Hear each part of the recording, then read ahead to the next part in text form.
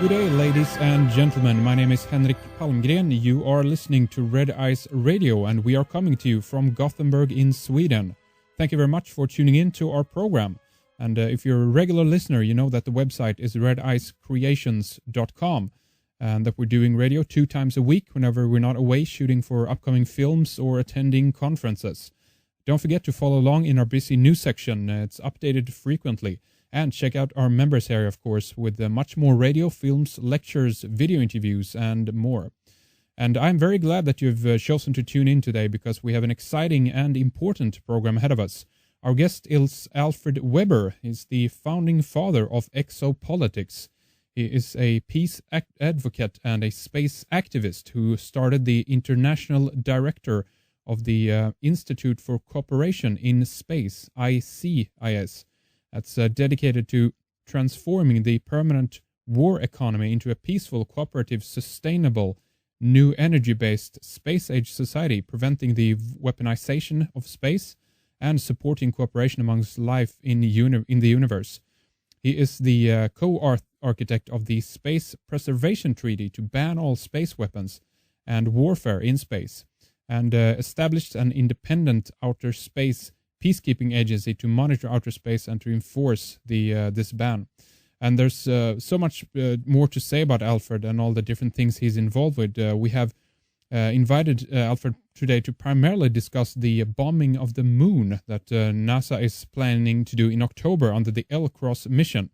And Alfred also recently was at the Exopolitics conference in Spain, which at least to me seemed to cause a bit of a media stir in Spain. Bob Dean also attended the conference there, and we hope to actually have him with us as well on the program soon. We've actually were invited to attend the conference in Spain, but we could not make it because of other engagements, unfortunately. But I want to ask Alfred a little bit about the conference later on in the program as well. I want to mention some of the main website that you can take a look at right away: exopolitics.com, exopolitics.org, and peaceinspace.com. And we have so much to talk about today, so I want to get right into it here right away. Alfred Webre, welcome to Red Ice Radio. Thank you. I'm very happy to be with you. It's so nice to have you with us, and thank you for your time. It's good to finally have you on. We tried to get you on before the Spain conference, but I understand how hectic things can get before going on a trip across the pond. But it's good to have you with us now anyway. And Alfred, before we talk about the NASA L-Cross mission and the October surprise, if we can call it that, maybe you can give people who might not be familiar with exopolitics maybe a little bit of an outline of what the term means first and foremost, and also what the organization kind of primarily is doing, if you will. Certainly. We like to call exopolitics the new political science of outer space. It's a social science, and it's the science of relations between our human civilization and other intelligent civilizations in the multiverse. I say multiverse because now science has shown that we live in an ecology of dimensions, with perhaps parallel universes to our own, and so many other civilizations that we may have contact with may actually be from other dimensions as well as from other solar systems within the dimension in which we live, and perhaps even also from parallel universes.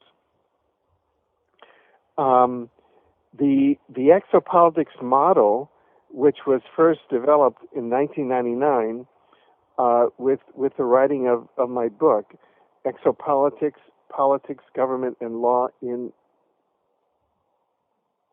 the Universe, the exopolitics model is sort of the inverse of the 20th century model of science. The 20th century model of science was that all higher intelligence in the universe ends at the Earth's geostationary orbit. And essentially, nothing had changed in science with regard to intelligence in the universe since the Middle Ages, or perhaps even earlier. And any professional, whether it be in government, in education, in the media, in business, who deviated from this 20th century model would be subject to either scorn and ridicule, or loss of status, loss of employment, or perhaps even prosecution by the government. Well, the exopolitics model is a model of science for the 21st century, and it holds that we live in a populated and organized universe filled with evolving, intelligent civilizations which are operating under universe law and which are mediated through universe politics. And our own civilization here on Earth is just at the stage of evolution where it's just becoming aware of the fact that we live in a populated and organized universe. So this is a bit of the conceptual background behind exopolitics. In 2009 now, we're celebrating the first decade of exopolitics, and looking forward to the second decade, which is actually solar cycle 24, from 2009 to 2020, with a solar maximum coming in 2012 to 2013, which is a period in which other cosmic cycles also coincide. So that's just a bit of the background of exopolitics, which is really an interface tool with higher intelligent civilizations. Okay, very, very interesting. And again, I want to return later on, talk a little bit about solar activity in 2012, of course, some of your points and your take on that. But what we can say again here then is that you basically started exopolitics, and maybe you just briefly can tell us why, or I guess how you got this idea, and what you have it become, what you envisioned it to be, or has it branched off and become more at this point, Alfred? Well, yeah, that's a very interesting question. I first became aware of the field of extraterrestrials back in the early 1970s, where in 1972 I was the general counsel of the New York City Environmental Protection Agency. And at that time, I was, I had long hair. I had a huge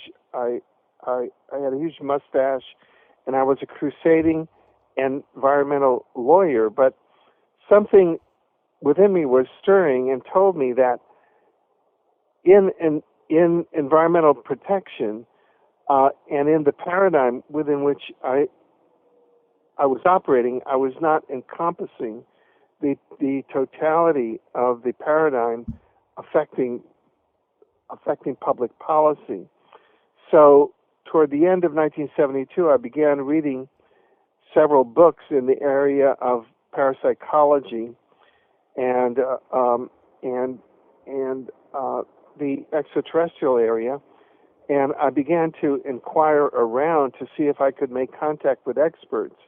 Well, I did, and by the beginning of 1973, I had switched careers and began to work in the area of the paranormal